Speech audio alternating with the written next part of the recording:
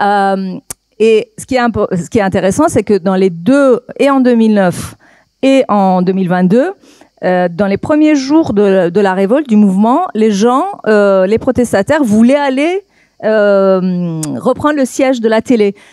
Ici en France, il y a un jour, j'espère qu'on n'en sera pas là, mais si on en arrivait à une insurrection faramineuse, je crois que ça viendrait à l'idée de personne d'aller prendre le siège de TF1, ni de France 3, ni de quelque chaîne que ce soit. En Iran, c'est toujours symboliquement l'IRIB et quand même voilà, aussi en plus puisque c'est la première chaîne et c'est toutes les chaînes publiques et étatiques sont au même endroit. C'est toujours le même endroit où c'était avant la Révolution 79. Ils n'ont pas bougé le siège. Et ça a une importance. Et je me souviens d'une discussion sur un espace Twitter tout début, enfin fin septembre, dans les premiers jours du mouvement Femmes Vie Liberté, où les gens s'insultaient. Il y en a qui disaient il faut aller prendre le siège de la télé, d'autres qui disaient c'est un piège, il faut pas y aller, ça va être un guet-apens, on va se faire avoir, etc. Et en 2009, il y avait eu, d'ailleurs, je crois que c'est la première, et toi tu le disais dans ton film aussi, les premiers grands rassemblements ont été, parce qu'en fait l'annonce de résultats frauduleux de 2009 a été faite évidemment par la télé iranienne. Du coup, les gens étaient rassemblés tout près du siège. Donc, c'est un bastion déjà historiquement et symboliquement très important pour l'Iran. Ensuite, par rapport à la façon dont les choses ont évolué, pendant des décennies, en fait, le monopole, c'est toujours encore le cas, des images officielles, bon, c'est la télé, les journalistes sont muselés, enfin, sont très limités dans ce qu'ils peuvent transmettre, très, très limités même. Et on arrive à 2009, effectivement, à l'épisode de la vague verte, où en 48 heures après les élections, le régime iranien demande expressément à tous les journalistes non iraniens de quitter le sol iranien, le territoire. Les oblige, en fait. Tous excepté d'un seul, un Anglais qui avait été capturé. Il avait disparu. Et ils l'ont gardé, je crois, 2-3 jours au sous-sol du ministère des Renseignements. Et puis ils l'ont relâché, ils l'ont fait partir aussi. Donc, 48 heures après, on se retrouve avec plus personne de non-iraniens. Il y avait que les Iraniens, en fait. Et les journalistes iraniens et iraniennes étaient extrêmement menacés, puisqu'en fait, on pouvait non seulement leur prendre leur carte professionnelle, mais les arrêter, torturer, etc. Et on a l'épisode de Zahra Kazemi, qui est une journaliste une photographe irano-canadienne qui a été tuée, en fait, devant la prison d'Evin. Donc, il y a les exemples de ce qui a donné lieu aux premières images du journalisme citoyen. Donc, les gens qui ont commencé à filmer les exactions et à filmer les Basiji, les forces de l'ordre. Et ce qui est intéressant, c'est qu'il y a un filmage réciproque, c'est-à-dire que dans le geste, je trouve ça intéressant qu'il y avait aussi les Basiji qui filmaient, pas les Basiji, mais des membres des services de renseignement, alors parfois en civil, parfois souvent en civil, qui pointaient leur caméra vers les manifestants pour les filmer, pour les identifier. Et d'ailleurs, c'est pas le seul extrait, mais l'extrait du... Tout à fait. C'est des images fuitées, ça. C'est vraiment les images que tu as utilisées, que j'ai utilisées aussi, des dortoirs attaqués, de l'attaque des dortoirs universitaires, étaient filmées par quelqu'un de chez eux, en fait. Et ça a fuité.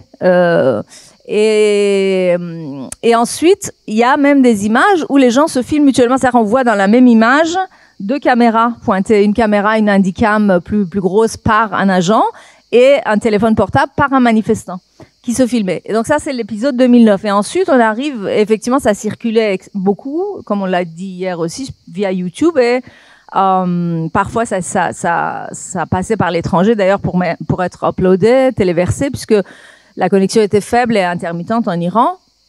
Il y avait plein de moyens de les envoyer. Et ensuite, il y a et via Twitter et Facebook un peu. Et ensuite, il y a l'arrivée d'Instagram qui, comme je l'ai dit aussi hier rapidement, est très très utilisé par le régime pour la propagande, par des gens. Alors, c'est pas officiel, ce sont des particuliers qui l'utilisent, mais c'est typiquement un usage pro-République islamique et pro-régime, fait par des particuliers qui sont parfois payés, parfois le font par excès de zèle ou par intérêt. Et de l'autre côté, on a les dissidents qui l'utilisent. Et donc, il y a une espèce de guerre. Et comme Bani le disait, le régime iranien a beaucoup investi et rémunère beaucoup de gens qui sont employés pour hacker, pour poster, pour mener la guerre numérique, entre guillemets. Et donc, l'Instagram a changé l'esthétique, a influé sur le geste aussi. Je ne suis pas sûre que ça ait influé sur la nature du mouvement. Je ne suis pas sûre de ça. C'est une question intéressante que tu poses là pour parler de la dernière partie de sa question.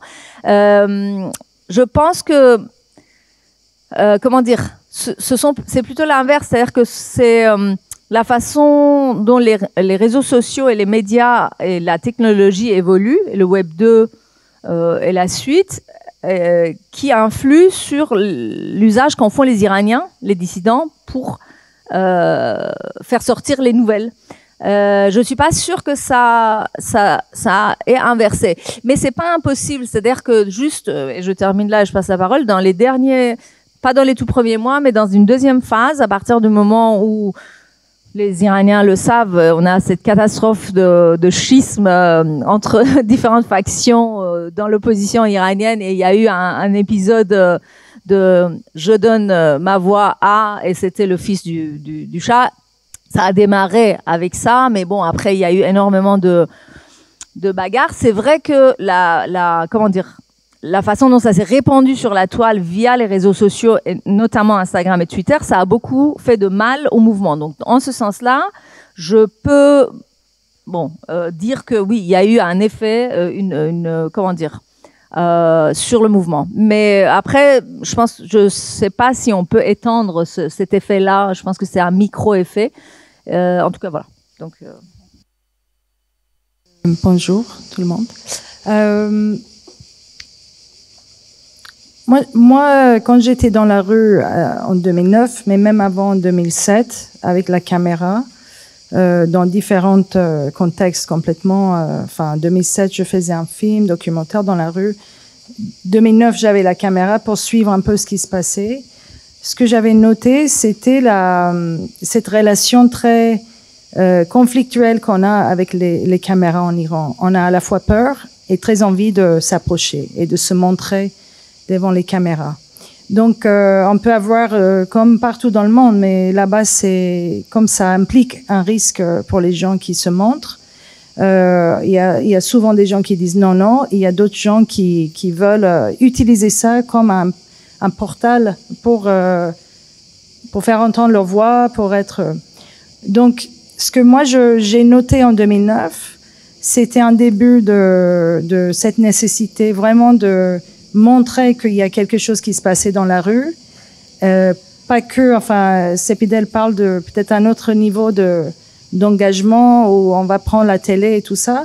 Moi, ce que j'ai senti, en tout cas, vraiment, dans les rues du sud de Téhéran, c'était une envie de documenter ce qui se passait. Alors, si c'était la campagne, ok. Après, quand la révolte a commencé, il y avait pas mal de téléphones qui sortaient. Alors, c'était des téléphones un peu plus anciens, archaïques que ce qu'on voit maintenant, et les images aussi. Mais il y avait déjà cette nécessité, et on voyait déjà sur Facebook, il y avait des amis qui avaient Facebook, qui connectaient très difficilement, que les gens, ils appelaient d'autres à venir dans la rue comme ça. Donc, c'était déjà un moyen de communiquer par rapport à... Et puis, quand les violences ont commencé, et il y a des images qu'on peut voir dans mon film hier ou dans d'autres films, ou s'ils sont encore en YouTube, les gens, ils commençaient déjà à donner les coordonnées de où ils étaient quand les choses se passaient. Donc, ils disaient, je suis à l'angle de telle rue, et il y a les hélicoptères, et ils nous tirent dessus, et tout ça. Ça a commencé en 2009. Cette année, c'est impressionnant. Chaque vidéo a un marquage de temps. C'est comme s'il y a une archive forensique qui est en train d'être fait déjà par les gens. Donc, ils disent ici, c'est Avignon, on est au musée Angledon, ils sont en train de fermer les portes. Donc, il y a cette envie, cette nécessité d'archivage que j'avais déjà senti en 2009, qu'en 2017, enfin, disons, chaque fois que quelque chose passe dans la rue, maintenant, ça se passe par l'image. C'est le moyen de non seulement le partager avec les gens en Iran, mais de dire ça a existé, ça s'est fait. Rappelons-nous de ça. Tout devient iconique, comme tu dis. Il y a l'icône de la fille Vida Movahed, qui est la première qui a... C'est très important, l'image dans nos révolutions en 2017. En 2019, justement, quand il y a eu une grande révolte pendant 2 semaines, ils ont coupé l'Internet parce qu'ils avaient déjà coupé en 2009. Tout d'un coup, il n'y avait pas d'Internet. C'était pas ton réseau, c'était pas les vitesses, il n'y avait pas d'Internet. C'est comme si ça n'existait pas. Et on s'est rendu compte qu'on appelait ça comme un robinet d'eau. Ils pouvaient l'ouvrir et le fermer à n'importe quel moment. Même ici, enfin, même Macron, il a parlé de peut-être faire certaines choses. Il y a un pouvoir qui réside dans l'informatique qui n'est pas notre pouvoir. Enfin, c'est pas entre nos mains, qui est très frappant. Donc, du coup, en 2019, on a vu quelques images sortir. Et après, il y avait rien, plus rien. Donc, ça s'est devenu une révolte en 2 semaines, 1500 morts. Sur Instagram, quelques années plus tard, bien avant cette année, enfin, peut-être en 2000, là, je parle de 2019, décembre. Peut-être en 2020 déjà, il y a un compte en Instagram qui s'appelle 1500 Tasvir, 1500 images, en hommage à ces 1500 personnes qui n'ont pas été documentées, disons, par rapport à une image. Alors, l'image, comme dans tous les pays sous dictature, l'image des disparus, l'image de ceux qui ont été tués, les exécutés, c'est quelque chose de très important. Enfin, on est ici pour parler de l'archive aussi. C'est pour ça que j'embarque là-dedans. C'est une manière de, quand même, faire résistance à une culture de l'oubli. Et moi, sincèrement, je pense, je sais pas si c'est le contraire de cette idée, mais moi, je pense que on est très conscient de utiliser les réseaux pour faire la révolution, pour appeler les gens dans la rue, pour leur dire à tel et tel endroit, et plus que ça, de faire des manifestes, pour faire il y a des jeunes filles qui prennent leur téléphone, qui disent tout ce qu'elles veulent. Parfois, elles se cachent, parfois non. Et c'est ça qui est épatant cette année. Il y a un temps une quantité de prise de parole des gens, des citoyens totalement anonymes, qui ne sont pas liés à aucun courant politique, disons, établi. Et c'est là la forteresse de l'Internet, et qu'on le reconnaît et qu'on sait qu'il faut l'utiliser, et ça se passe par l'image et les images qui se répètent. Alors si on quitte certaines images des filles qui déchirent, il y en aura 10 autres qui vont le faire. Et ils vont dire, vous quittez notre image, on va répéter ça. Donc, et moi, je pense que il y a une stratégie totalement établie. Après, il n'y a pas un manuel, ça se crée au jour le jour. Et en tout cas, sans l'image, on ne pourra pas communiquer à travers le pays la manière que ça se fait en ce moment. Oui, et je dirais, enfin, pour un peu rebondir sur cette histoire même de la nature, peut-être du médium qui peut aussi influencer, en tout cas des images qui influencent la révolte, c'est que justement, lorsqu'en 2019, Internet est coupé, c'est qu'on se rend compte que ces images, si elles sont filmées, si elles sont diffusées, elles auront un impact. Et pour parler de 2022, on en a un peu parlé hier. Moi, je sais que fin septembre, lorsque des écolières ont déchiré les premières pages de leur manuel avec la reproduction du Guide suprême, quand elles ont joué à la marelle en sautant à pieds joints sur le portrait, etc. Lorsque ces images ont été montrées en France, certains prenaient ça de façon très dérisoire en disant « c'est pas comme ça qu'on fait une révolution ». Je me souviens de commentateurs à la télévision française. Or, je pense que ces images ont eu un véritable impact pour relancer le mouvement, parce que le mouvement qui avait débuté le 16 septembre, pour moi, on avait l'impression, effectivement, 2 semaines après, qu'il s'était essoufflé. Mais moi, disons ici, en tant que spectateur, j'ai eu l'impression que c'est ces petites filles qui devenaient, en fait, une sorte d'exemple, même si ça peut paraître, entre guillemets, disproportionné, mais c'est justement la force de ces nouveaux réseaux que maîtrise, de toute façon, une nouvelle génération de manière différente, qui fait aussi que, selon moi, les attaques qu'on a vues s'intensifier contre les écoles de jeunes filles à la fin de l'hiver, pour moi, c'était dû à la peur que de tels gestes se répètent dans ces écoles-là. Parce que sinon, on n'explique pas pourquoi est-ce que le pouvoir s'attaque, enfin, disons, officiellement, ce n'est pas le pouvoir, mais pourquoi il y a eu ces attaques-là contre les écoles de jeunes filles? Pour moi, c'était véritablement lié à ces images-là, mais il y en a eu d'autres. Il y a eu des représentants de l'État qui sont venus dans des établissements qui ont été chassés par les jeunes filles, etc. Donc, en fait, pour moi, il y a quand même quelque chose d'assez nouveau encore. Et par ailleurs, effectivement, il y a eu énormément de prises de parole, de gens qui se filment, effectivement, et qui arrivent à développer une pensée personnelle, mais extrêmement structurée, qui donne un contenu aussi à ce qui pourrait être totalement superficiel, c'est-à-dire juste des révoltes, des images, comme on avait déjà vu auparavant. Mais là, je pense que c'est une des nouveautés aussi de 2022, des prises de parole, parfois très courtes, de personnes qui peuvent se filmer chez elles ou bien dans une voiture, mais brièvement, vraiment pour donner un commentaire, et qui sont souvent des choses très pensées, selon moi, vraiment, qui relèvent d'une réflexion sur le mouvement, sur même des objectifs. Et donc, pour moi, il y a quand même, je pense, alors maintenant, il faudra du temps pour effectivement analyser, mais je pense une influence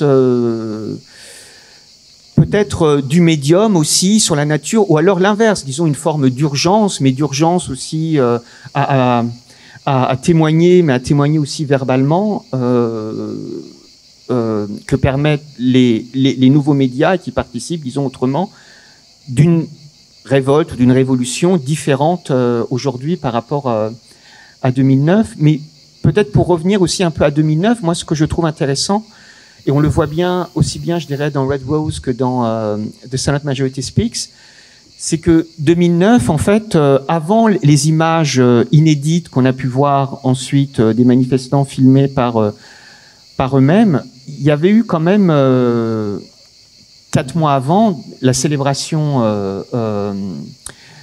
du 30e anniversaire de la Révolution de 79, qui avait donné lieu quand même à l'apparition à travers YouTube, à travers Facebook, d'immensément d'images qu'on avait parfois oubliées, en fait.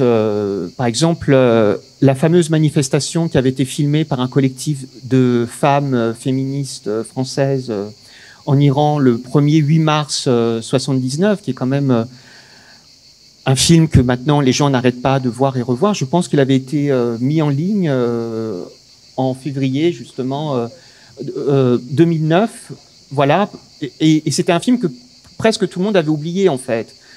Ou en tout cas, qu'on ne montrait plus. Enfin, je dis bien presque tout le monde. Il était sur YouTube toutes ces années. Il y a une restauration, il y a une copie. Il y a une restauration, mais il y était depuis quand? Parce que de toute façon... Depuis toujours. Depuis toujours, ouais. C'est-à-dire depuis 2005. Début de YouTube. Ah bon? Moi, il y a des extraits dans mon film. Je n'ai pas vu ton film, mais j'imagine que... oui, c'est un film qui est très connu. Si on lit l'histoire de la Révolution, on sait qu'il y a ces images. Et ils ont toujours été sur YouTube. Vous mettez Mouvement des femmes 1979 Iran, et ça, il est là. Oui. Alors, moi, je pensais qu'il avait été mis en 2009. Non, mais on oublie les luttes des femmes. On les oublie exprès aussi. C'est qu'on oublie parce qu'on s'intéresse très peu. Et là, cette année, on s'intéresse tout d'un coup. Et c'est très bien. Mais il faut savoir que les femmes, on n'a pas oublié. On n'a jamais oublié qu'il y a tout ça. Et la transmission se fait entre nous. Cette année, tout le monde s'intéresse à la femme, vie, liberté. Mais nous, c'est notre vie. On s'est toujours intéressé à ça. Ça a été montré maintes fois.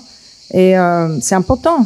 Mais il faut Il faut aussi reconnaître qu'on on regarde pas parfois ce qui est là. Non, c'est vrai que je l'avais vu dans des manifestations aussi en copie argentique. Ça existait, mais après ça a été beaucoup plus argentique, mais en copie numérique. En copie numérique, ça existait avant 2009, mais bon, ça a été plus répandu en 2009. Ce que je voulais faire le distinguo, en tout cas par rapport à tout ce qu'on a dit, je pense, en tout cas pour que mon point de vue soit clair, je ne dis pas qu'il n'y a pas d'influence ou entre les réseaux sociaux et la propagation sur Internet des images et le mouvement. Je dis que l'issue, que dans la phase finale, je ne suis pas sûre que, en tout cas, je suis sûre que ça ne suffit pas. C'est ça, j'en suis certaine. Que l'on soit plus organisé effectivement en 2022 par rapport à 2009. En effet, 1500 Tasvir, c'est un exemple très très intéressant parce que les gens ont réalisé, donc il y a des activistes qui ont réalisé et le Kidam qui filmait aussi l'a compris qu'il fallait être systématique, c'est-à-dire envoyer les images à certaines personnes et à certaines pages Insta et à certains pour que ce soit répertorié et qu'il y ait un archivage des victimes et de façon systématique. Et d'ailleurs, il y a c'est en partie lié à ce que l'on disait que les images de 2009 ont été éparpillées, certaines archives ont disparu. Nous sommes des particuliers. Moi, je m'en suis rendu compte quand je faisais les recherches pour faire Red Rose, puisque je voulais choisir des images et j'ai mis des mois à choisir ces quelques extraits que je montre dans le film, puisque c'est un film de fiction. Mais il y a quelques images d'archives des révoltes et en fait, ce sont des images que j'ai récoltées sur Internet et j'ai aussi demandé à des particuliers qui, à cette époque-là, étaient en Iran. Et puis, j'ai même contacté toutes les chaînes de télé iraniennes de la diaspora, dont BBC Persan, qui a été fondée, je ne sais plus, c'était peu d'années avant, est-ce que c'est 2007 ? Ouais. Et en fait, ce qui est fou, et on ne le sait pas assez, c'est que peu après 2009, BBC Persan le siège a brûlé. Il y a eu un incendie. Toutes les archives de 2009 de BBC ont disparu. Quand moi je les ai appelés en 2013-14 pour avoir les ils m'ont répondu ça officiellement. Je dis mais comment est-ce possible, BBC? Et en fait, je me suis même à me demander si c'était pas fait exprès pour que ça disparaisse. J'en sais rien, j'ai pas de réponse. En tout cas, ce qui est certain, c'est que ça a brûlé.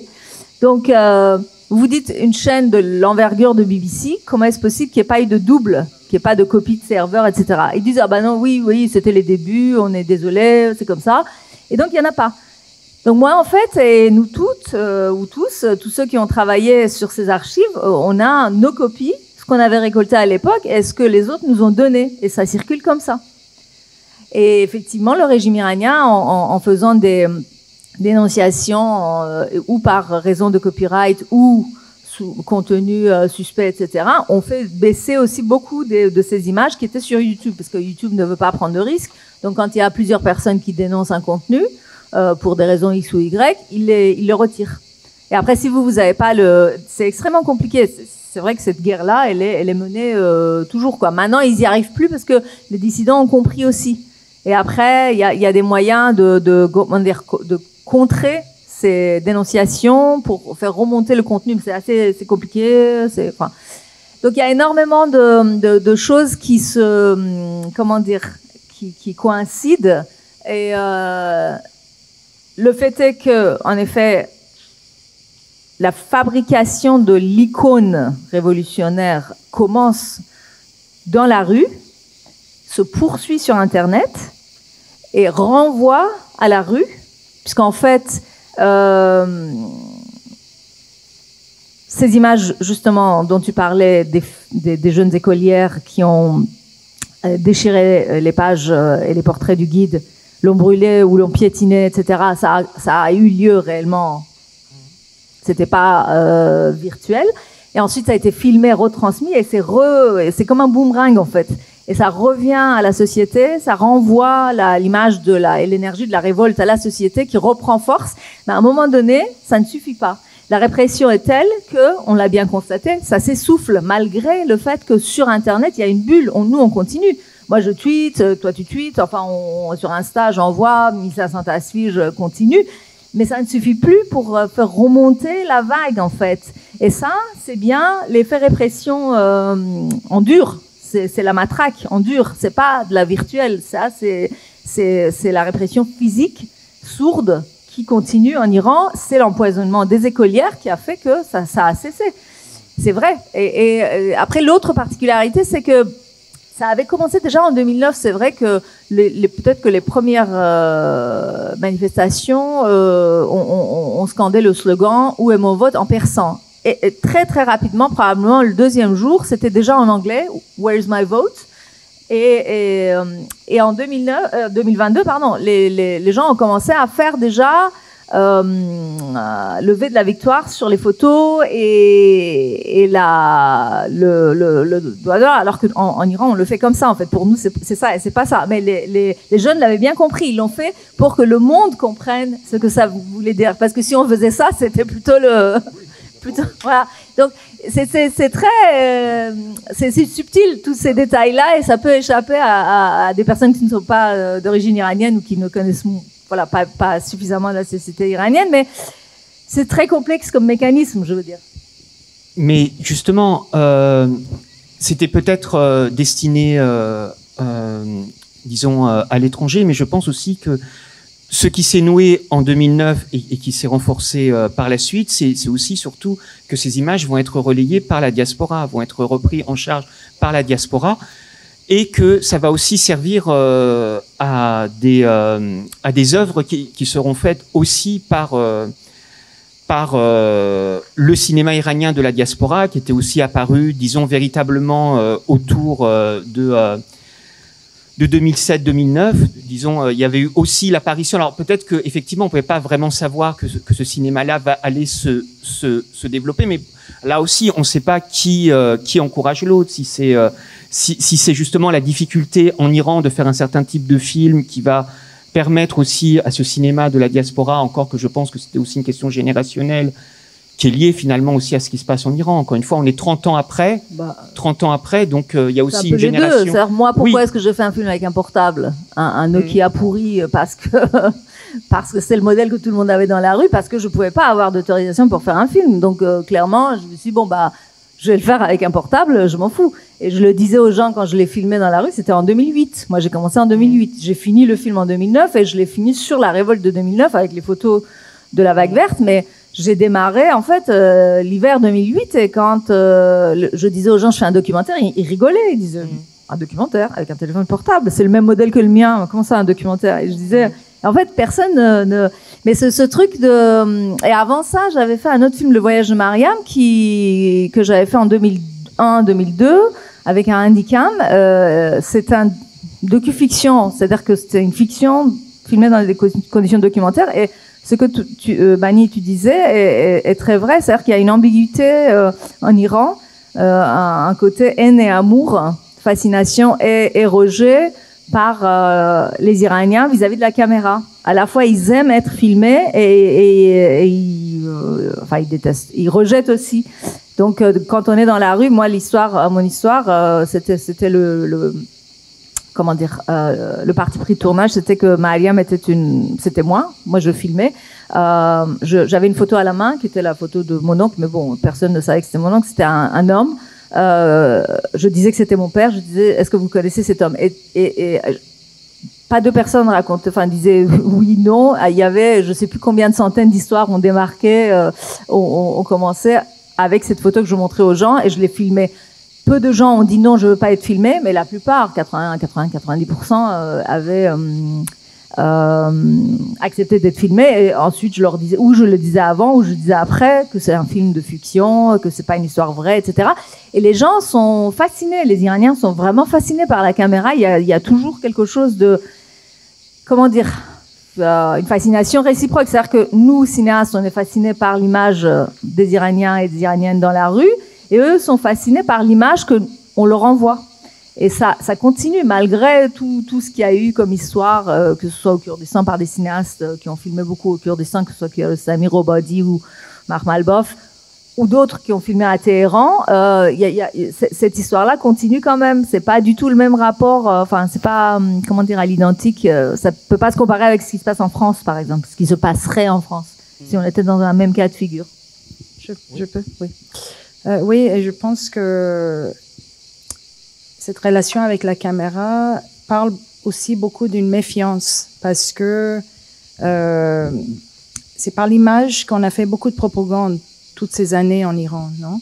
Et par la télé que beaucoup de choses sont dictées à la population, jusqu'aux pires atrocités, enfin les confessions forcées, filmées, les tribunaux filmés, qui sont des tribunaux totalement, c'est des spectacles de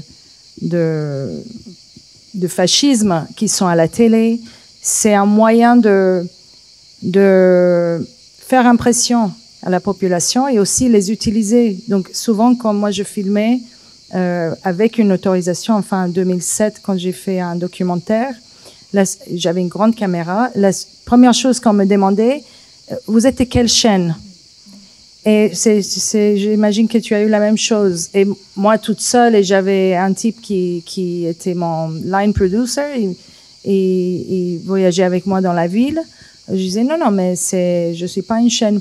Il y a même une scène que j'avais filmée où il y a les coursiers qui sont autour d'un feu le soir devant le marché Tajrish, dans le nord de... Et ils disent, tu es de quelle chaîne? Et j'ai dit, non, je travaille pas pour les chaînes, ou des chaînes à l'étranger. J'ai dit, non, c'est indépendant. Et donc après, certains voulaient parler, ou enfin, ils étaient devant ma caméra. Je l'interviewais pas. J'observais des scènes, et si ça se donnait quelque chose. Et un des types, il dit, mettez un titre qui dit, c'est des gens à la rue. Alors que c'était des coursiers qui étaient en train de travailler, mais ils étaient autour d'un feu. Les gens à la rue, alors que le pays est en train de chercher le nucléaire, voilà comment la population vit. Donc il y a cette humeur aussi, et cette manière de prendre la caméra, enfin à cette époque, comme une scène pour pouvoir dire quelque chose comme ça, en utilisant l'humeur et l'ironie. Tout ça pour dire que le rapport avec l'image en Iran est très, très sophistiqué, très complexe. C'est pas tout le monde qui arrive à le déconstruire comme ça, comme ce type, peut-être dans 2 minutes et avec de l'humour. Je pense qu'on est sous l'emprise de la télé, mais on commence grâce à cette, bon, moi je donne beaucoup de crédit à l'existence de l'Internet, parce que je pense que ça permet, ça dépend comment on l'utilise, mais ça permet à faire tout ce qui s'était fait cette année, qui continue, même si on voit pas d'image. La révolution, elle est en cours. On voit des images, mais elles sont moins diffusées peut-être oui. À l'étranger. Et on est dans c'est une autre époque de la révolution qui continue. C'est pas que dans la rue et avec des images spectaculaires que on va faire changer les choses. Donc, mais en tout cas, maintenant qu'il y a tellement de différentes manières et des réseaux de se montrer son voisin, montrer des choses, prendre des photos. Il y a des gens qui filment, qui gardent les choses, et que 1 an plus tard, ils montrent, voilà ma maison, comment ils l'ont détruite quand ils sont venus me chercher. Il y a une amie qui m'a raconté, parce qu'elle a été arrêtée il y a 1 an pour son travail en documentaire, et elle m'a dit que le plus frappant pour elle, c'était que quand ils sont entrés chez elle, très bien portés, enfin c'était des gens du ministre des renseignements, ils ont filmé du début à la fin. Donc eux, ils entrent avec une caméra, ils filment, ils te filment, ils filment chez toi, ils filment. C'est comme un reality show, mais en fait c'est une archive qui va chez eux. Et elle m'a dit, j'ai très envie de voir ce film un jour. Donc on est sur, moi je dirais, du complexe et de sophistiqué par rapport à l'image et ce rapport. Et je pense qu'il y a toujours cette méfiance, et donc du coup un engagement. Il y a même des gens qui disent, enfin là par exemple il y avait des images. Moi je trouve que c'est je trouvais il y a quelques mois, c'est impossible de faire un film avec des images tant que ça continue à sortir. J'avais fait une lecture avec des images, donc c'était plutôt un acte de témoignage devant ces images. Mais il y a des gens, enfin, il y a toute une partie de la chose sur les mères. Il y a les mères qui crient pour leur fils qui est mort et qui, au milieu de crier, disent « Si vous me filmez, montrez à tout le monde. » Oui, ça c'est la différence peut-être avec avant. Une volonté en fait que même cette douleur en fait, enfin ça existait, mais ça existait comme tu l'as montré dans le film au moment des enterrements, mais là effectivement c'est beaucoup plus immédiat et beaucoup plus devant la prison en fait. Voilà. Il y a aussi un moment, enfin une particularité, dans cette dernière phase de révolte ou de révolution qui est en cours, c'est l'apparition des archives privées. C'est-à-dire que avant, on avait tendance, nous on est les champions de fabrication de martyrs en Iran. Voilà, on en fait depuis 14 siècles, depuis et c'est un peu cette même. Le martyr c'est toujours du sérieux, c'est toujours, c'est censé faire pleurer. C'est voilà, il y a des codes d'honneur pour les martyrs. Depuis 2022, on montre les jeunes qui sont tombés en train de danser, en train de s'embrasser, en train de se maquiller, en train de des photos de mariage, des archives de mariage, et ça fait encore plus pleurer évidemment parce que c'est vraiment très très touchant.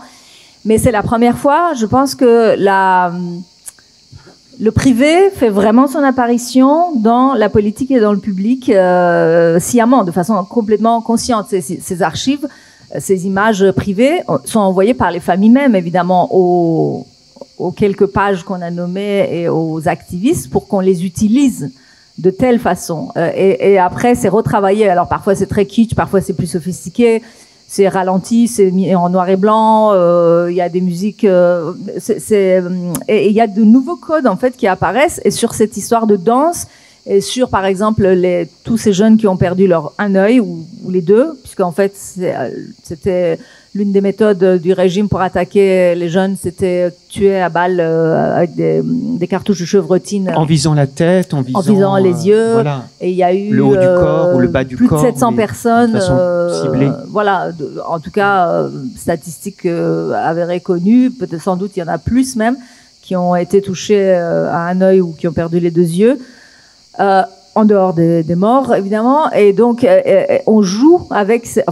on utilise ces images pour fabriquer des icônes de façon très, très consciente. Et c'est vraiment nouveau. Ça, c'est vraiment nouveau, effectivement. C'est une particularité de cette vague Femmes, Vie, Liberté.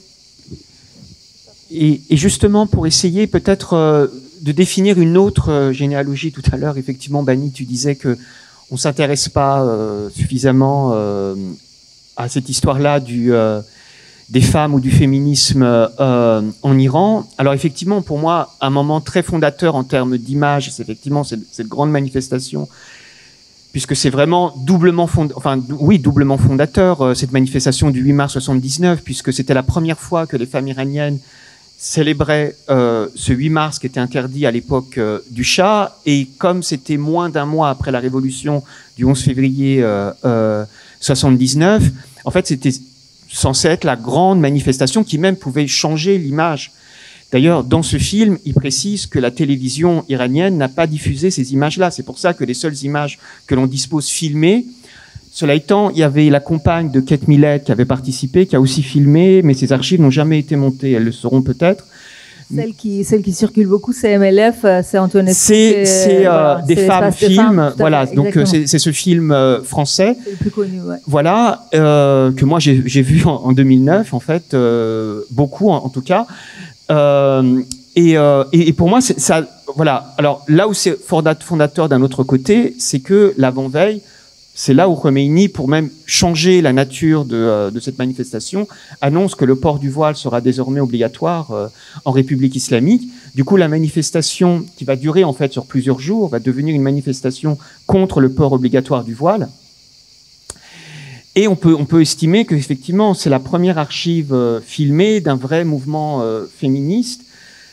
Et si on tire le fil et qu'on poursuit peut-être jusqu'aux dernières images qu'on a pu voir, on s'aperçoit qu'il y a aussi comme ça toute une généalogie. Alors peut-être que sur les dates on peut être encore plus précis, mais par exemple il y a eu ce mouvement qui avait été lancé en 2014 dans le prolongement de 2009, mais autrement, qui avait été Ma liberté furtive, qui avait été cette demande qui avait été faite aux jeunes filles iraniennes de poster une photographie d'elles sans voile, qui est quand même une campagne qui avait pris de l'ampleur en fait en Iran, parce qu'il y a eu énormément d'images qui ont été envoyées, qui ont circulé. Ensuite, il y avait eu un autre mouvement qui avait été My camera is my weapon, qui était le fait d'utiliser le téléphone portable pour filmer justement les arrestations de la police des mœurs, ou alors les injures qui pouvaient être faites contre des femmes qui déjà ne portaient pas le voile, ou décidaient de ne pas le porter au volant, par exemple. Donc il y a beaucoup de vidéos qui ont circulé où c'est filmé, ensuite c'est diffusé. Donc ça, c'est en 2018, peut-être un peu avant, mais en tout cas, c'est à partir de là. Mais justement, mais avant ça, il y a eu le mouvement des filles de l'avenue de la Révolution avec Vida Movahed, qui a été donc le moment, justement, une initiative d'Iran cette fois-ci véritablement, alors qu'auparavant c'était plutôt des encouragements qui venaient aussi un peu de la diaspora, mais là c'est d'Iran même. Et même en 2009 déjà, par exemple, pardon, je t'interromps, oui. Il y a un détournement d'icônes aussi, il y a un phénomène de détournement d'icônes qui a été très utilisé, notamment depuis 2009 par les gens. Si tu te souviens, l'épisode, il y a eu Majid Tavakoli est un étudiant, un étudiant dissident, figure très connue du mouvement estudiantin iranien. Il avait été, on lui avait reproché, pour autant que ça puisse être utilisé comme reproche, mais en tout cas le régime l'avait utilisé en ce sens-là, qui s'était enfui en s'habillant comme une femme. Ça remonte à un autre épisode en 1980 où Bani Sadr et Rajavi, Massoud Rajavi, Bani Sadr, président de l'époque, et Massoud Rajavi avait quitté l'Iran, semble-t-il, déguisé en femme. Atterrissant à Paris, puis bon, ça c'est une longue histoire. En tout cas, Majid Tavakoli, on avait voulu détériorer son image en se moquant de lui, le régime. J'entends en montrant une photo où il portait un foulard, etc. Et en fait, beaucoup d'hommes, en son soutien, se sont voilés et ont fait circuler leurs photos. Visage, face caméra, donc identifiable, etc. Donc il y a eu beaucoup d'épisodes comme ça, et ça c'est déjà en 2009. Il y a eu des épisodes, et puis ça, voilà, tout à fait. Quelques mois après et c'est intéressant que effectivement il y a un ping-pong entre le régime et la population, les activistes, les dissidents, et même des gens normaux. Après il y avait eu cette histoire de qui est-ce qui avait raconté cette bêtise qui avait beaucoup fait rire, que c'est à cause des seins dénudés des femmes qu'on a un tremblement de terre. C'était un des mollahs qui avait dit ça, et donc beaucoup de femmes s'étaient mises à se photographier avec des décolletés assez généreux, et avaient fait circuler les photos. Il y a beaucoup de ping-pong comme ça, et puis après selon les moments c'est plus drôle, parfois c'est vraiment plus tragique. Il y a cette manipulation à double sens qui a lieu, qui n'a pas cessé. Oui, et moi j'entendais, disons, dans l'espace public maintenant, d'une certaine manière, il n'y a pas de différence, effectivement, puisque les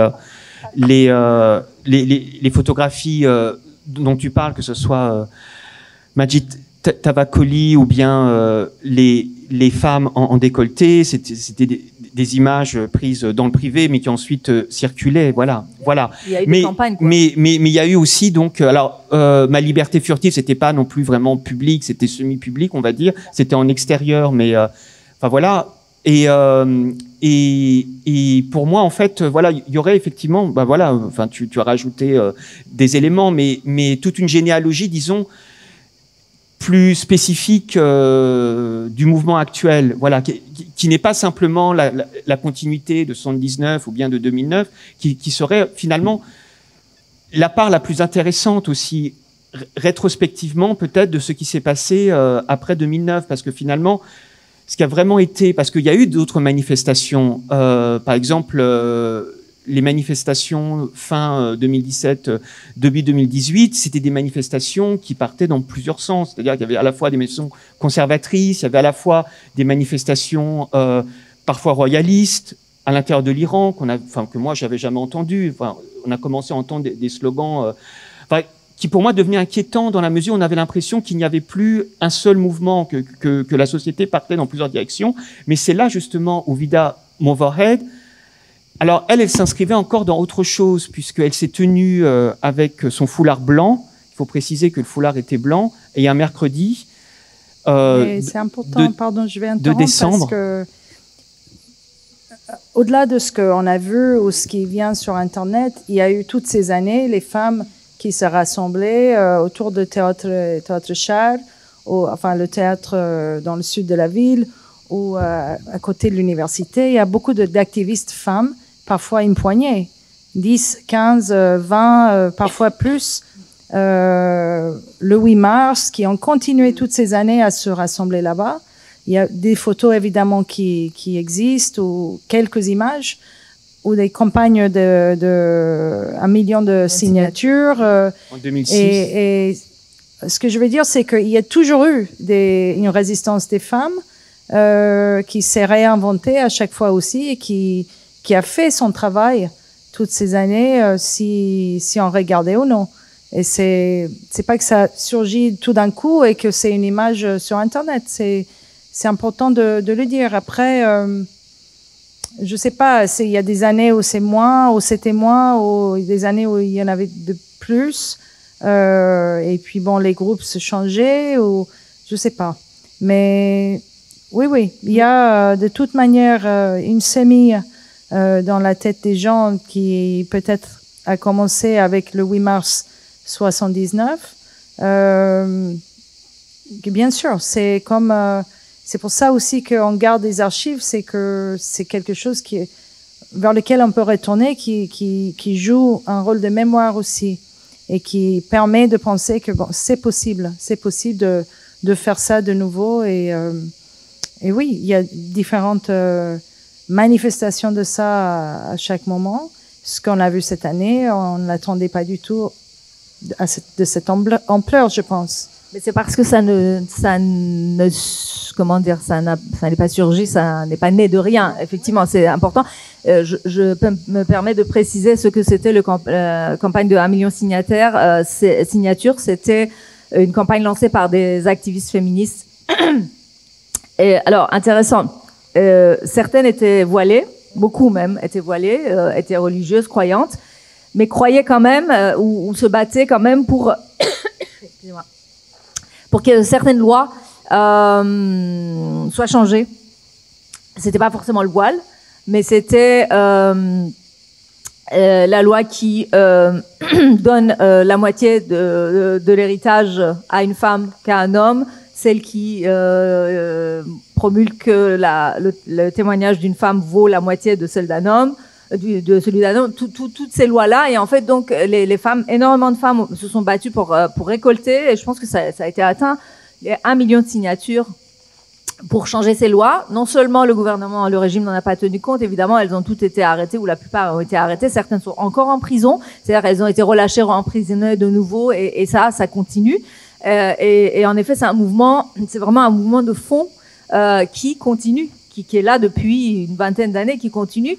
Il y a des figures comme Homa Darabi, par exemple, qui est une psychopédiatre qui s'est immolée en 94 parce qu'on l'avait virée de l'université, parce qu'elle refusait de porter le voile, donc elle s'est battue pendant longtemps, et puis à un moment, elle est allée à Tajish, elle s'est immolée. Il y a énormément de choses qui se sont passées toutes ces années, toutes ces décennies, qui font que il y a une convergence de luttes qui aujourd'hui voit réapparaître en tête de mouvement la revendication féministe et des femmes, mais qui n'est pas la seule, et qui n'est pas, et cette fois-ci c'est rejoint par, c'est aussi par rapport à toutes les minorités ethniques et de genre. Il y a énormément de choses qui qui depuis 2022 en fait convergent, et c'est important effectivement de le souligner, de le dire. Je pense qu'il y a un autre fait important, peut-être que Tinouche, tu peux peut-être, je fais appel à lui parce que à mon avis il doit avoir le chiffre. L'Iran était parmi les plus haut placés des pays, en tout cas en termes de nombre de blogueurs indépendants. Je sais pas si t'as je sais que c'était après c'était genre deuxième, troisième pays, et c'est très important. Non seulement c'est significatif, mais c'est très logique, parce que comme les médias indépendants étaient quasiment inexistants dès l'apparition de l'internet privé, puisqu'en fait, dans un premier temps, il faut dire ça aussi, l'internet dans sa première phase d'existence mondiale n'a pas été autorisé pour le public, pour les particuliers en Iran. C'était uniquement les universités, les instituts de recherche et gouvernementaux qui avaient droit d'avoir l'internet. Dans une deuxième phase, il y a eu des cartes qu'on pouvait acheter pour avoir l'internet rechargeable. Et dans une troisième phase, les particuliers ont pu avoir des lignes. Dans une quatrième phase, très rapidement, ça a été filtré. Et puis la dernière phase, c'est l'utilisation des VPN qui se sont répandus en Iran comme partout dans le monde, mais pour contrer les filtrages. Mais les blogueurs et les blogueuses et c'était aussi bon, c'était pas des icônes, quoique, parce qu'on postait aussi des photos et des vidéos, mais c'était dans un premier temps des mots, parfois anonymes, parfois assumés et identifiés, que des gens signaient, des dissidents signaient, et c'était très important comme espace de prise de parole aussi. Oui, par rapport aux femmes, juste pour rajouter, la campagne 1 million de signatures, c'était en plus décidé au sein de ce groupe de ne pas s'opposer au voile obligatoire à cette époque. Bon, ça fait partie de l'évolution, et bon, cette campagne aussi a pu exister grâce à l'existence déjà des femmes en lutte, comme Shirin Ebadi et Mehrangiz Kar, des avocates très importantes qui avaient créé au sein de la société civile des associations pour travailler avec des femmes. J'y étais dans le centre pour les enfants qu'elle avait, Shirin Ebadi, dans le sud de Téhéran. Elle en avait 2. Et le plus intéressant, c'était même pas les enfants, parce que les enfants, bon, c'était pas des enfants de rue. Forcément, c'est des enfants où les parents, ils n'arrivent pas à s'occuper de beaucoup, donc ils avaient cet endroit où ils pouvaient aller, un endroit propre, manger quelque chose, jouer à l'abri et tout. Mais le plus intéressant, c'était quand les mères étaient appelées pour venir à des sessions d'éducation, surtout sur l'hygiène, sur leurs droits en tant qu'être humain. Et là, c'est parce que si on vient d'une famille, on nous dit pas qu'on vaut quelque chose, et après on est passé de la main du père à la main du mari, on peut aussi ne pas. Donc c'est un long travail vraiment de ces femmes dans la société, et on voit que ça a eu son effet et son poids à cause de ce qu'on a vu cette année, mais aussi à cause du fait que presque toutes ces femmes, elles sont maintenant exilées. Elles ont dû quitter le pays à un moment donné, justement parce que ça représente un risque énorme pour le régime et toute son idéologie basée sur l'oppression du corps de la femme à la base, non? Elle est en train de faire une lecture en ce moment, Shahla Shafir. Elle a un livre magnifique qui s'appelle Rendez-vous manqué avec Simone de Beauvoir, qui parle des blogueuses femmes surtout. Et c'est un livre magnifique que moi je l'ai lu il y a 2 ans à peine, et ça parle beaucoup de tout ça, toutes ces années, ce qui s'était en train de se passer aussi sur les blogs. C'est très bien que tu en parles. Alors, avant de donner la parole, juste dire que, parce que là, tout à l'heure, je parlais effectivement de ces images, de ces archives plus spécifiquement liées au combat des femmes. Alors, on l'a pas vu dans la copie d'hier, mais de Silent Majority Speaks, sur certaines copies, a une forme d'épilogue, en fait, qui reprenait justement ces images de 2017-2018, mais par rapport au combat des femmes. Sépidé a fait un film de montage qui a été montré à la Cinémathèque et peut-être au Centre Pompidou ou à d'autres endroits, qui s'appelle Filles d'Iran, donc, mais qui s'intéresse aux événements depuis 2022. Je sais que Bani aussi parfois montre ces images qu'elle récolte sous forme de projection, de performance, de lecture. Donc il y aura forcément des films qui vont être faits. Il y a des gens qui y travaillent, enfin déjà, enfin vous aussi certainement. Maintenant, un peu de recul, c'est vrai. Voilà, il faut du recul. Et moi, la question que je me pose en même temps, c'est que des films vont être faits, je pense, et que des gens y travaillent déjà à l'extérieur de l'Iran. Maintenant, qu'est-ce qui va en être à l'intérieur de l'Iran? Parce que je pense que le cinéma iranien ne peut pas ignorer quand même ce qui se passe, qu'il y a des actrices qui normalement ne vont plus tourner en fait, sauf si elles font des excuses publiques parce qu'elles ont posté des photos d'elles sans voile, qui participent. Si le régime tombe. Sauf si le régime tombe, bien évidemment. Et pour moi, c'est l'une des certitudes qui fait que, selon moi, le régime tombe, parce que j'arrive plus facilement à imaginer un monde sans la République islamique que le fait que Taroneh Ali Dousti, par exemple, ne tourne plus en Iran. C'est disproportionné, mais pour moi, il faut que Taroneh Ali Dousti tourne en Iran, donc rien que pour ça, il faut que le régime change. Parce que je vois pas Taroneh faire des excuses publiques, ou en tout cas, je lui pardonnerai pas, et il le fera pas de toute façon. Bon, bref, mais Taroneh Ali Dousti, dont vous pouvez voir le dernier film qu'elle a tourné à ce jour, le 19 juillet prochain, à l'Utopia. C'est un très beau film qui s'appelle Les Ombres persanes.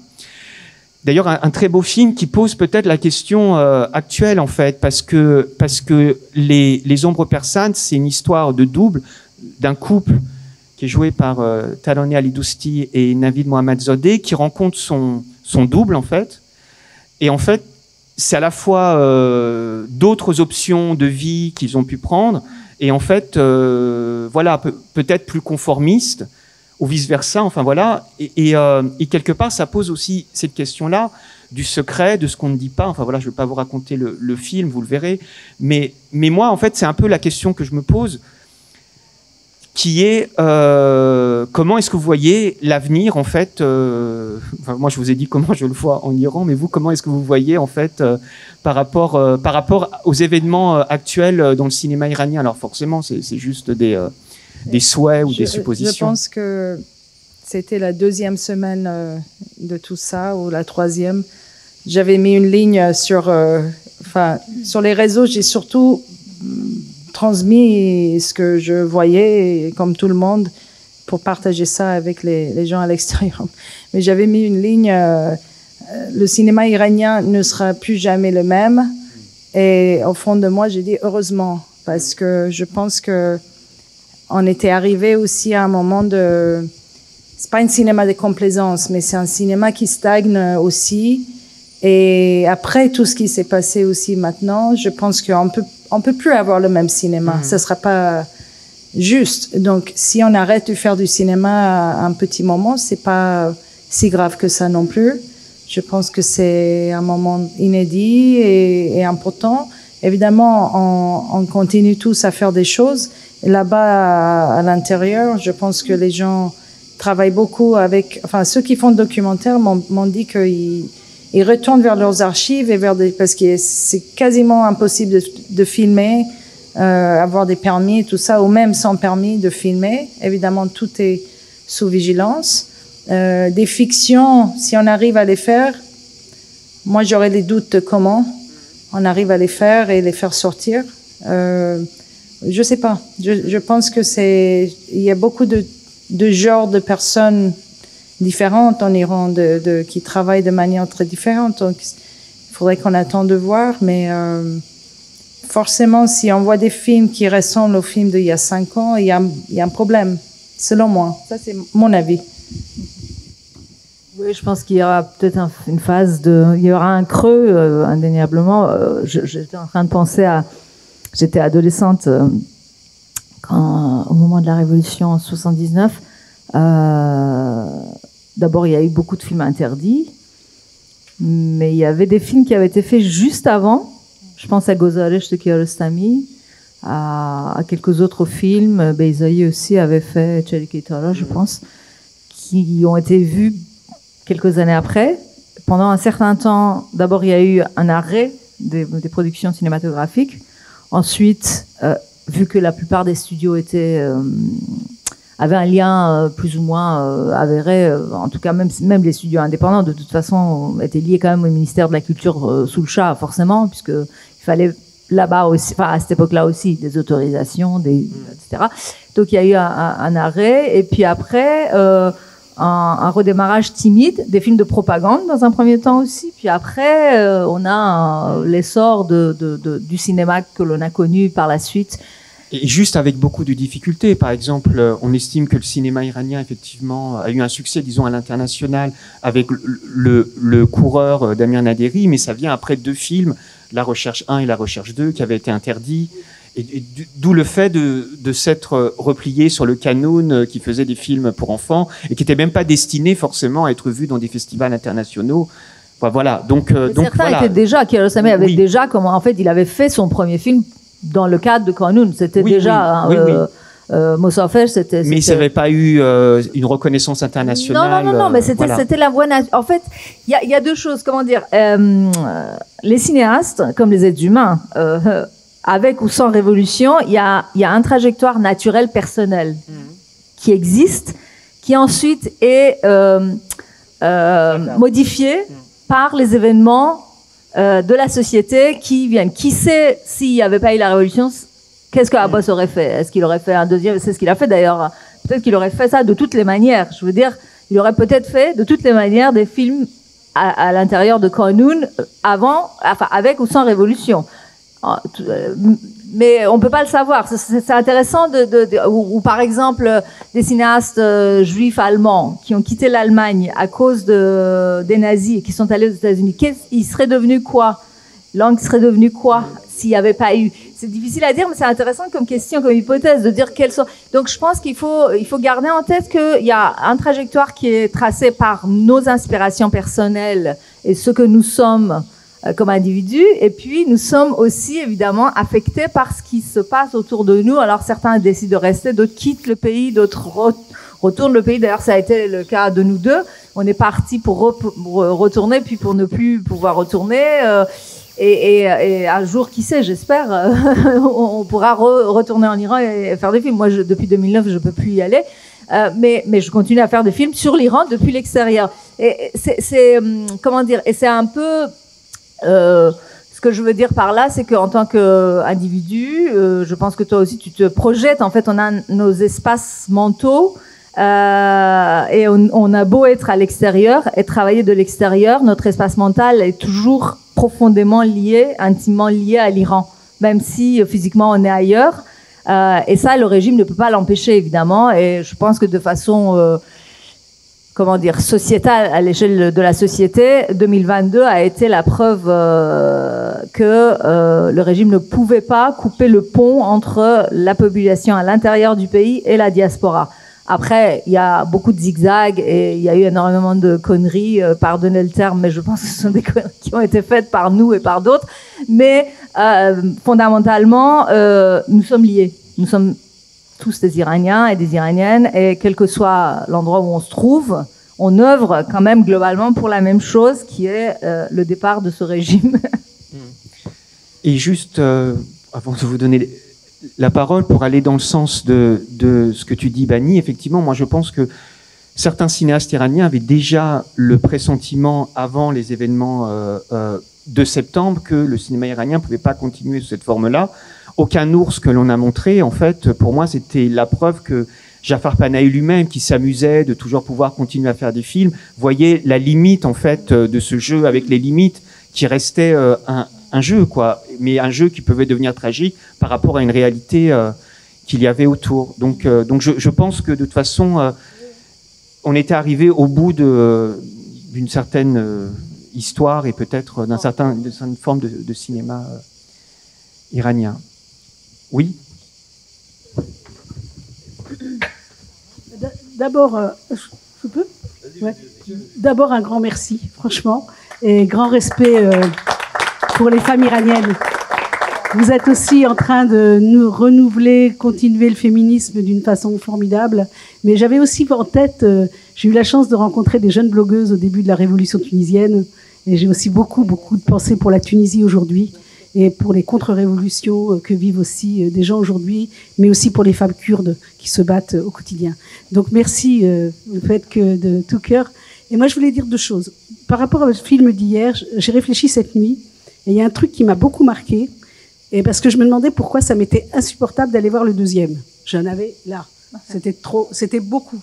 Et en fait, je pense que c'est l'épaisseur de votre film, le fait que vous alliez allier des documents aussi différents, que des choses extrêmement présentielles, en même temps des choses très intimes publiques, en même temps la parole politique, et en fait l'absence de chronologie. Parce que c'est ça qui m'a énervé à la sortie, n'est-ce pas? On en a parlé. Mais en fait, c'est là que vous aviez raison. C'est que cette disjonction chronologique, elle donne l'épaisseur. Et donc, il y a une épaisseur où vous nous emmenez de chair et d'os et de femmes et d'émotions et de monde qui est formidable.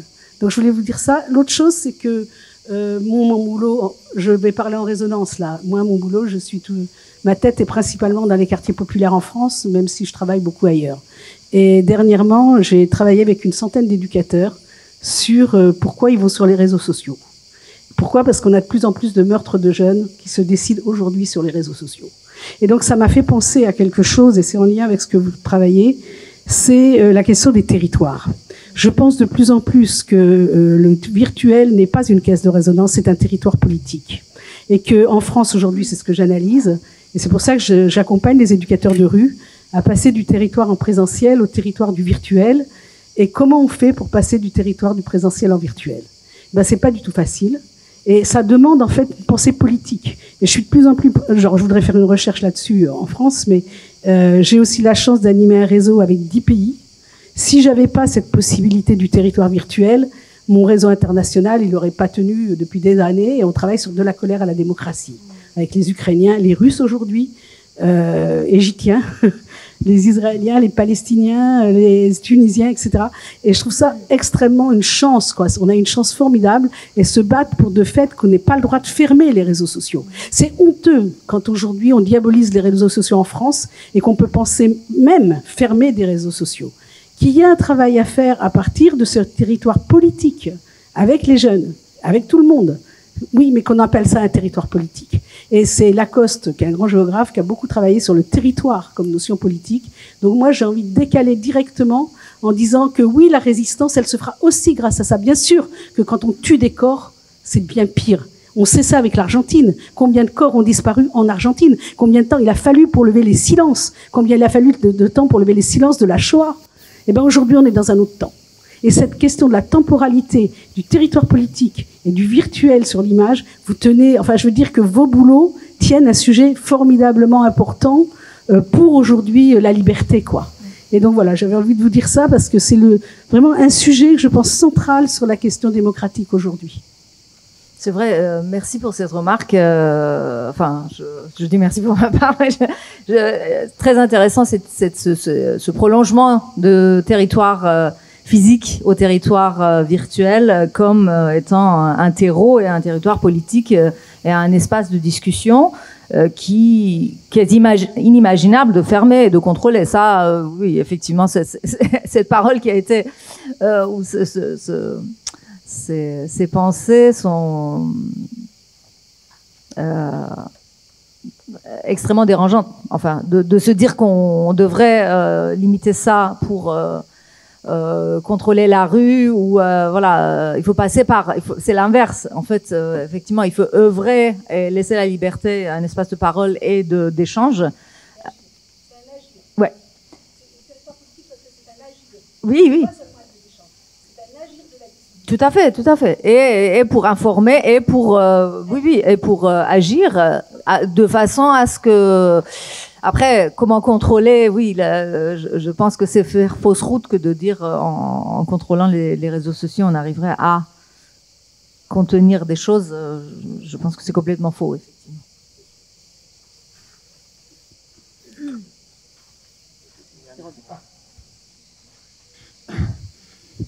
Bien, bonjour et merci à mon tour pour cette très très belle table ronde.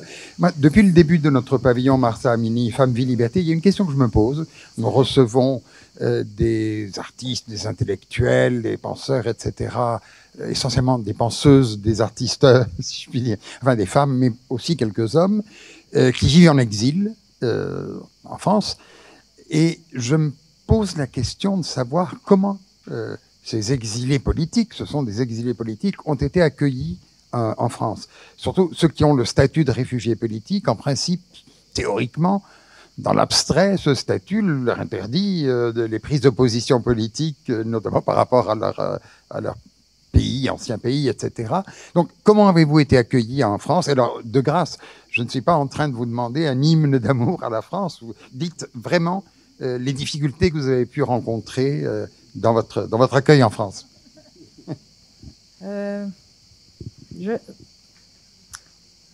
Moi, c'est pas mon cas personnel. J'avais 2 ans, j'étais partie aux États-Unis, j'ai grandi là-bas et j'ai choisi la France pour l'instant, mais je suis assez. J'ai eu des opportunités ici mais nous sommes pas le modèle des réfugiés ou exilés qui sont. L'expérience des exilés et réfugiés est épouvantable. On est d'accord. On veut pas des étrangers en Europe. Et donc, moi, je souligne ça parce que la plupart des Iraniens qui ont réussi à venir, je pense, ils ont été bien accueillis aussi pour leur idée politique. Et c'est tout le contraire. Je pense que si on est réfugié, c'est justement ça donne une liberté de pouvoir. Et après, chaque histoire est différente, je pense, non? Mais c'est vrai qu'en France, comme partout dans le monde. En France, ce que moi j'ai pu observer, c'est que si on a quelque chose d'apporter vers l'économie et vers le monde intellectuel, on est bienvenu. Sinon, on n'est pas voulu, on n'est pas accueilli. Et on a vu ça à Calais et ça continue. Mais à Calais, où moi j'allais beaucoup en 2000, 2001, 2002, juste avant qu'ils ferment la jungle n'avait pas encore commencé. Le Sangatte, Sarkozy l'avait démonté.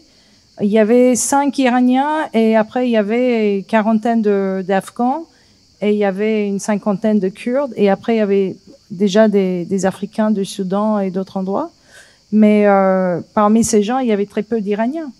Et je pense qu'ils étaient les plus chanceux parce que c'était des gens éduqués mais les jeunes, ils commençaient déjà à dormir dans la rue, ils étaient refoulés, ils dormaient dans les parcs à Paris. Là, il y a des camps de réfugiés, enfin, ils sont pas réfugiés, des camps des gens qui n'ont aucun droit partout en France. Comment? Et ils sont même pas parfois demandeurs d'asile parce qu'ils n'arrivent pas à avoir un rendez-vous. Donc c'est vraiment. Moi je souligne ça. Si on me demande sur les réfugiés, je souligne ça, mais c'est pas votre question. Ouais, je pense que si je devais arriver aujourd'hui de nouveau en France, ce serait, moi j'ai été très bien accueillie à mon arrivée en France en 84. Je devais avoir 19 ans. J'avais fait de la prison en Iran. J'ai réussi quand même à venir avec un passeport par une erreur administrative commise par les Iraniens. Et je me suis inscrite tout simplement à un cours de langue et j'ai eu un visa. Voilà. À l'époque, c'est comme ça que ça se faisait. Si on venait, on apprenait. Moi, je n'ai, comment dire, rien à dire sur l'accueil que m'a réservé la France, moi. Mais aujourd'hui, je ne pourrais plus du tout arriver dans les mêmes conditions. C'est impossible. Et la France, c'est parmi les pays les pires en Europe, malheureusement, par rapport à sa politique d'accueil de réfugiés. Moi, j'ai beaucoup travaillé en Grèce, à Lesbos, à Athènes. J'ai observé, j'ai d'ailleurs fait un film de fiction qui est l'avant-dernier, avant La Sirène, qui s'appelle Demain je traverse, et qui a été tourné en Grèce en grande partie. Et malgré les difficultés et les horreurs qu'on peut voir et qu'on a pu voir et qu'on voit encore en Grèce, le nombre de réfugiés accueillis en Grèce, si on fait le ratio nombre de migrants et population grecque, et comparé à la France, c'est hallucinant. La France est vraiment en deçà en termes de nombre et en termes d'accueil, malheureusement très très mal placé. Après, oui, on sait que l'extrême droite instrumentalise, et bizarrement, alors que la France est quand même historiquement un pays d'accueil et une terre d'asile, on est en train de chuter vers quelque chose qui est une aberration totale, quoi. Quand on donne des vrais chiffres, il y a énormément de déformation d'informations, malheureusement. Ça, je tiens à le souligner et dire que oui, on va très très mal en France. Oui. Bonjour et merci beaucoup, c'était passionnant. Vous avez tous les trois revisité toute l'histoire contemporaine par rapport au mouvement des femmes, étape par étape, mais rapidement, c'était excellent. Merci beaucoup.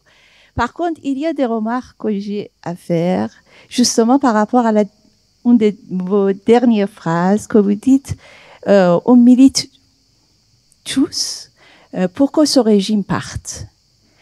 Je crois qu'une des raisons pour lesquelles le mouvement s'essouffle maintenant, c'est qu'on s'arrête à ce moment-là, que le régime parte. Pour les Iraniens qui ont vécu d'autres révolutions, c'est un peu bizarre, c'est un peu compliqué, c'est un peu vague, trop vague. C'est pourquoi ils se lancent pas la majorité, parce qu'ils ne savent pas après qu'est-ce qui va se passer. Je crois que le rôle, moi, j'estime que c'est nécessaire pour les intellectuels, pour ceux qui essayent de voir l'histoire et ne s'arrêtent pas à ce moment précis, c'est important de se projeter. Qu'est-ce qu'on va faire après? Avec quelle force? Avec qui? Pour aller vers où?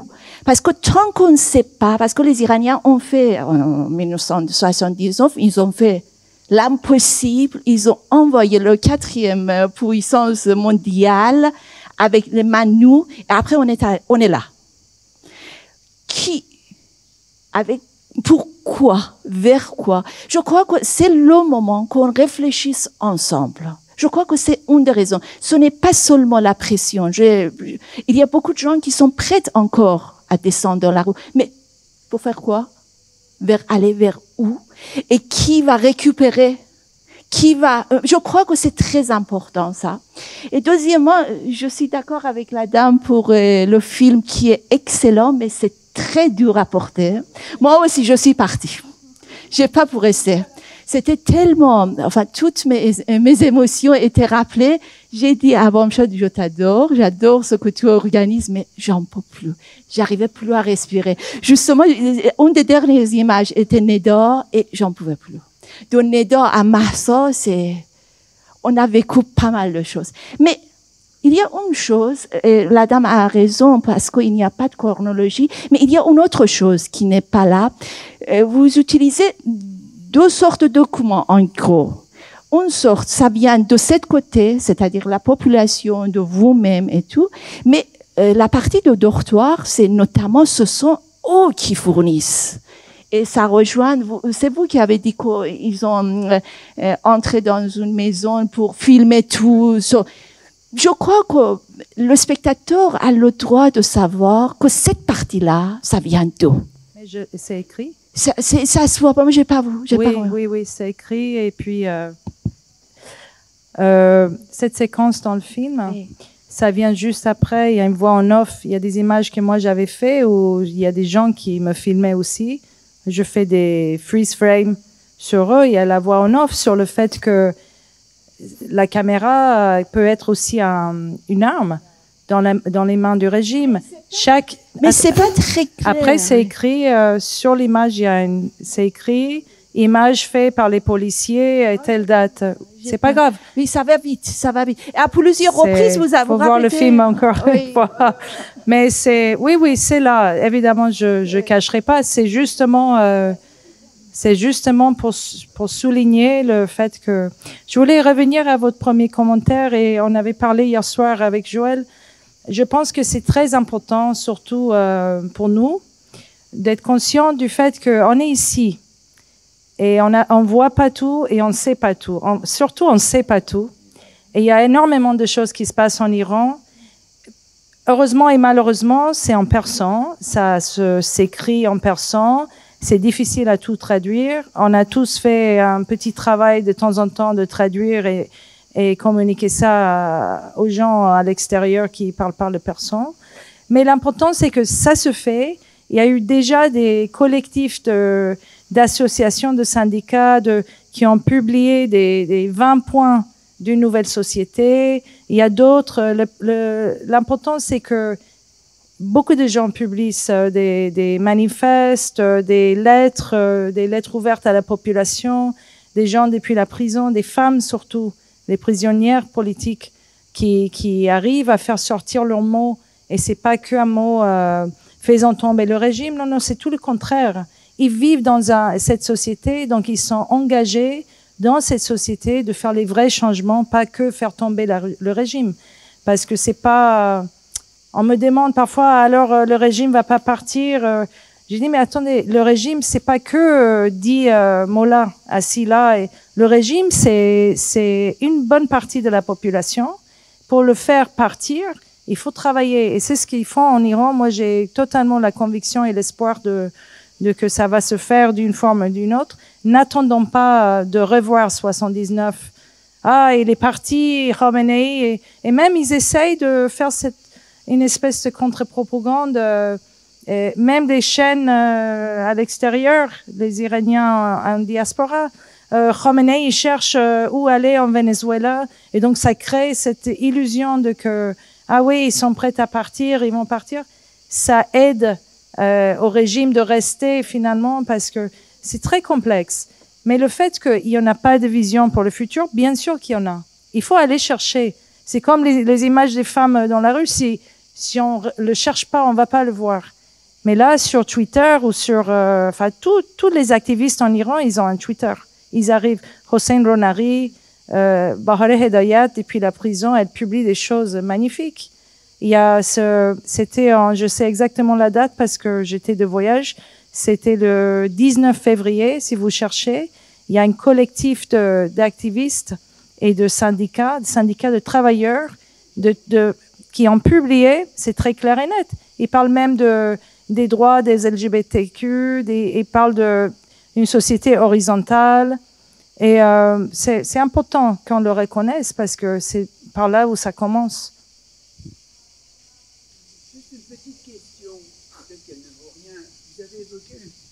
Merci, monsieur. Vous avez évoqué le fils du chat, parce que je me souviens avoir lu dans la presse américaine une grande interview de ce prince. Il y a une action, il y a une influence, vous avez parlé de royalisme. Oui, en effet, il prend des positions, il a changé de position aussi, il a ses fans, il a ses supporters, à l'extérieur surtout. Il y en a en Iran aussi. Moi, j'aurais du mal à chiffrer. Je ne sais pas combien. En effet, il y a eu des moments où on a entendu, surtout pas en 2022, surtout en 2019 et 2017 plutôt, quelques slogans en effet pro. Reza Shah. C'est surtout Reza Shah Rouhachad. C'est en fait son grand-père qui a un peu régné en Iran, qui a fait le coup d'État et qui régnait en Iran à peu près au même temps que Mustafa Kemal et qui a effectivement construit et bâti un certain nombre de choses, mais c'était en effet un dictateur aussi. Il y a eu des slogans, mais je ne saurais pas chiffrer. Le régime évidemment tape très dur sur les royalistes qui sont arrêtés en Iran dès que, par un moyen ou un autre, ils arrivent à prouver qu'une personne a des affinités avec la monarchie, c'est passible de la peine de mort. Hein. Il y a des jeunes qui ont été exécutés malheureusement pour un rien. Hein. C'est juste un tatouage sur votre... Voilà, c'est aussi bête que ça, ou une photo sur Insta. Ça peut aller très loin. Donc c'est aussi pour ça que peut-être qu'il y a des sympathies qu'on ne montre pas, parce que c'est quand même très difficile. Après, ça a créé beaucoup de dissidence aussi dans l'opposition, les positionnements de Reza Pahlavi, donc le fils de Mohammad Reza, que certains appellent faim et d'autres pas, selon nos convictions politiques. À un moment, on a cru que il pouvait être un élément fondateur. Il y a eu cette fameuse conférence à Georgetown où on a cherché. Il y a eu quelques figures qui se sont positionnées, dont lui. Et il y a eu plusieurs jours de discussion. Et beaucoup d'entre nous avons cru que c'était le début, effectivement, d'une alliance qui pouvait porter et aller loin. Il y a eu une charte aussi publiée qui est intéressante. Il y a eu une autre charte. Enfin, il y a eu plusieurs propositions. Malheureusement, il y a eu, je dirais, de sa part ou de la part des gens qui l'entourent, des positionnements très malheureux qui ont fait que ça a foiré momentanément. Mais je suis d'accord lorsque vous nous interrogez. Moi, j'ai dit ça comme un souhait que le régime parte. J'ai pas dit qu'il fallait pas chercher où on allait. Et je suis d'accord avec Bani. Il y a beaucoup de choses qui existent. Il y a des socles. Et je pense aussi que longtemps on a cru et on pense encore que oui, il faut solliciter l'aide étrangère, que la solution doit venir de l'extérieur, etc., etc. Mais en effet, les écrits et les prises de position qui nous arrivent de l'intérieur de l'Iran et même de l'intérieur des prisons par les activistes, que ce soit des syndicalistes ou des féministes ou des des activistes tout court, des étudiants qui sont vieux maintenant tellement ils ont passé d'années en prison. La vieillesse étant relative évidemment.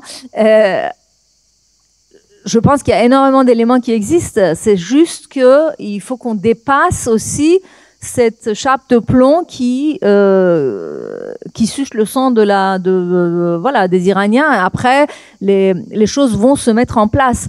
Et puis, les Iraniens n'ont pas les mains nues fait partir la quatrième puissance. Ça s'est pas passé comme ça. On le sait aujourd'hui. Ça, c'est un peu une version un peu. C'est-à-dire que le Shah était malade. Il avait le cancer. À l'extérieur, tout le monde le savait. En Iran, on ne le savait pas. Il était très affaibli physiquement et intellectuellement aussi. Il commençait à divaguer même. Dans ses discours, il y avait des coupes à la télé. On l'a su plus tard quand on a vu les versions non tronquées. En Iran, les versions qu'on voyait à l'époque étaient tronquées. Et donc, il y avait l'Afghanistan qui était envahi par les soviets et les Américains ont favorisé largement la solution religieuse pour pas qu'il y ait un régime un tant soit peu éventuellement teinté de gauchisme qui s'installait en Iran. C'est pour ça qu'ils ont laissé l'armée s'est retirée d'en haut. C'est pas la base qui a retiré, c'est les chefs de l'armée iranienne qui ont accepté, qui sont partis. Donc, je veux dire, vous pensez que si l'armée royale, avant la Révolution, voulait tirer sur le peuple, ils auraient pas pu tirer? Il y a eu extrêmement peu de victimes. Ils auraient pu. Ils ont pas voulu, mais il y a eu... Non, mais c'est la tête qui a... Non, mais il y a des documents qui... Non, attendez, il y a des documents sur YouTube, même, je vous invite à aller chercher. Il y a des interviews de plein de gens qui disent les 48 heures juste avant la chute donc 22 le 13 février donc Bissoudou et Bahman qui donnent les tractations 11 février pardon qui donnent les tractations qui ont eu lieu, qui ont fait qu'en fait Bakhtiar voulait quand même était encore là, et Bakhtiar étant le dernier premier ministre. Et l'armée s'est retirée. Donc il était tout d'un coup, en fait, les mains vides. C'est très complexe. C'est pas parce que les gens étaient dans la rue. Il y a bien sûr que les gens étaient dans la rue, bien entendu. Mais et le fait que Khomeini ait pu arriver jusqu'en Iran en passant par la France, tout ça, c'est pas un hasard. Il y a eu des décisions quand même. Alors juste. Je vais aussi terminer, mais juste pour faire une boucle par rapport à notre sujet sur les archives, c'est que l'armée s'est déclarée neutre, mais c'est parce qu'il y avait eu 2 jours de conflit avec les cadets de l'aviation, et en fait, les cadets de l'aviation avaient marqué une sympathie par rapport à Khomeini parce que la télévision avait repassé les images de l'arrivée de Khomeini 10 jours avant. Donc l'idée que les images peuvent jouer, voilà. Elles peuvent influer. Voilà, maintenant on peut conclure. Voilà, merci. Je ne me suis pas trompé là. Merci Sepideh, Bani, Bamshad pour cette table ronde.